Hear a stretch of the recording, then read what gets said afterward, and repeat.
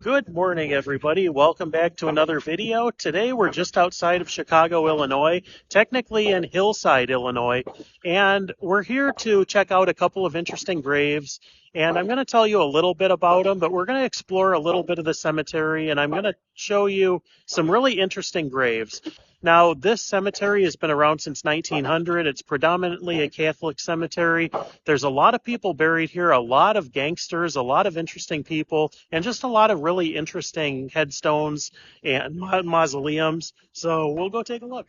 Now, this place really just goes on forever and ever and ever. But we have to start over here because this is the final resting place of somebody that is often forgotten about in these videos because of all the gangsters. But that is actor Dennis Farina. Now, you've probably seen him in a lot of different movies. He was in Get Shorty, Saving Private Ryan, Little Big League. He hosted Unsolved Mysteries after Robert Stack for a couple of years. But he was a very, very good actor. And I always got a kick out of seeing this guy on screen because he really brought a different energy and feel to the screen. He often played mobsters or police officers, and he was really good at it because he was actually a Chicago police officer for 18 years before becoming an actor. He served his country. He was in the military for 3 years, but he passed away in 2013, and I believe it was Scottsdale, Arizona. And it was kind of a shock when he passed away. He was one of those kind of guys that, he always played a tough guy. He was just a really, really good actor, and I always enjoyed seeing this guy on screen. But what an interesting life he led. But Dennis Farina. Now, one of the interesting things here are the mausoleums. You can drive around this place all day and still not see everything here. Now, I'm not going to go out on a limb and say that I know everything about everybody who's buried here because there's a lot of people here that I really don't know much about. I might recognize the name. I might be able to throw out a few little tidbits about them. But largely today we're just going to explore a little bit, and I'm going to show you who we can find. And if you happen to know about anybody else here, please let me know in the comments because I do come here I try to get here about once a year. Now, you have to appreciate little mausoleums like this that are kind of designed almost like a church. And there are a lot of these here. But this is over here at the corner of section 14. And over here is the man that everybody comes here to see. This is where Al Capone is. Now, Al Capone, probably the most famous gangster in history. If you come here to visit, that's the main gate right here. Take your first right, and he is right off the road here. And Al Capone, the legendary gangster who probably wouldn't have went to prison if it wasn't for tax evasion. That was the only way that they were ever able to pin anything on him. But this is the final resting place of Al Capone right here. People leave him cigars, and usually there's alcohol bottles and all that kind of stuff here. But 1899 to 1947, he died of syphilis in Florida. Very horrible death. But as you can see, if you look around the stone, people chip away pieces as souvenirs, which isn't very nice. But there are a lot of Capones here. He is buried here with a lot of his family, but this is not Al Capone's original burial spot. He was buried at Mount Olivet Cemetery, not too far away from here, and then he was relocated to the family plot here, but his original stone still exists, and I did a video there a couple of years ago that is on my channel currently. So, Al Capone.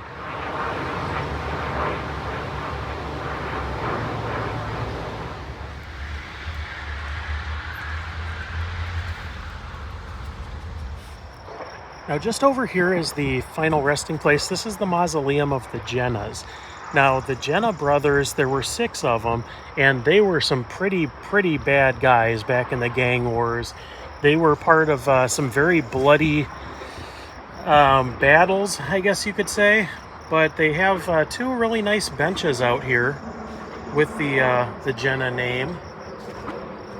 And you can see it says 1925 in here. We'll see what we can see inside here.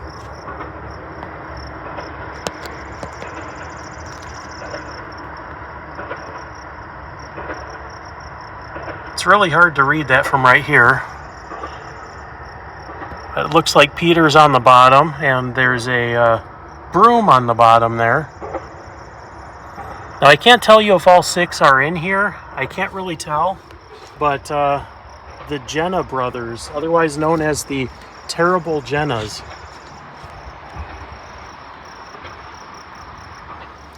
Now, as I drive around, I see a lot of interesting gravestones that really stand out. This one right here is one of them. J. Salerno. I'm not entirely sure who he is, but take a look at those statues right there and the stonework on that gravestone. That is just phenomenal. And you'll see things like that all over this cemetery. It's just such a beautiful place to come and visit. It's right next to the Capone Mausoleum.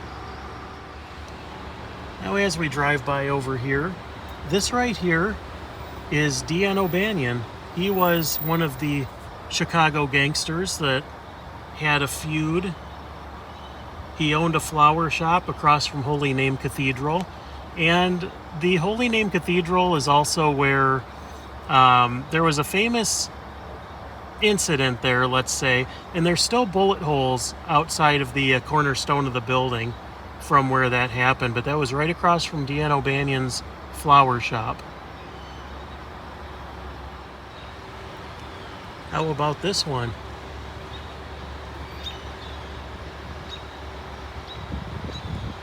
That is beautiful.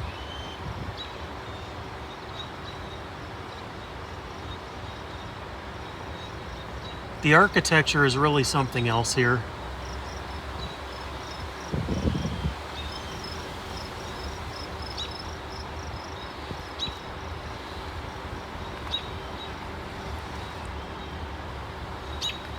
And speaking of, here he is right here. This is Earl J Weiss. This was Jaime Weiss. And Jaime Weiss was the one that was shot and killed in front of Holy Name Cathedral with another guy named Patty Murray. Jaime Weiss, another Chicago gangster. As you can see on the doors there, it has the W's for Weiss. Lots of history here.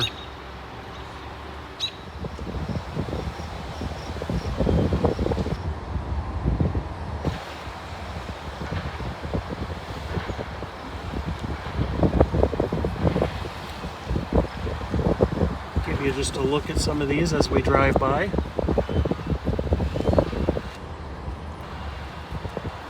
Now we're on the search right now for the mausoleum of Sam Giancana, who was another Chicago mob boss, and he was living in a house just outside of the city, and he was actually killed in a contract hit, and not a lot is really known about it. It's still unsolved technically. A lot of people think they know who did it.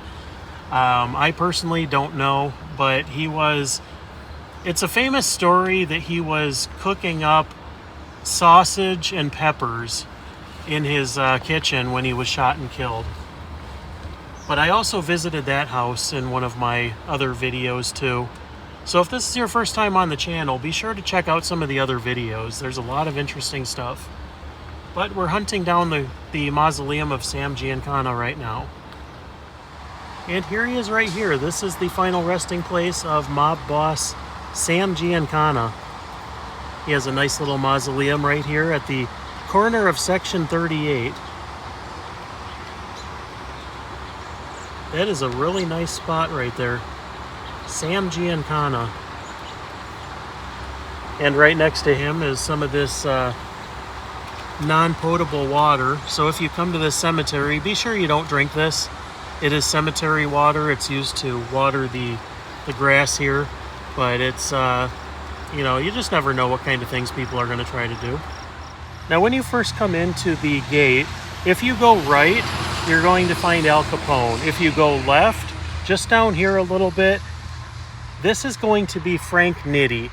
Now, if you're not sure who Frank Nitti was, he was the one that took over for Al Capone as boss of the Chicago outfit after Capone went away. Now, Al Capone and Frank Nitti, they had a long history, and Frank Nitti actually started as Al Capone's bodyguard. Now, he lived from 1888 to 1943.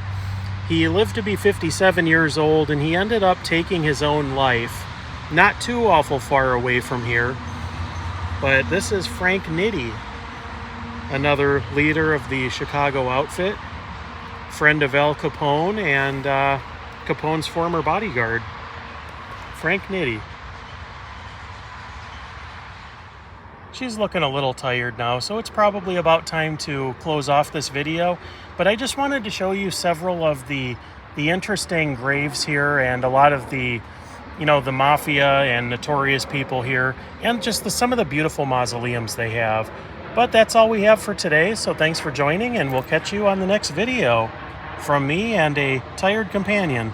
Thanks for watching.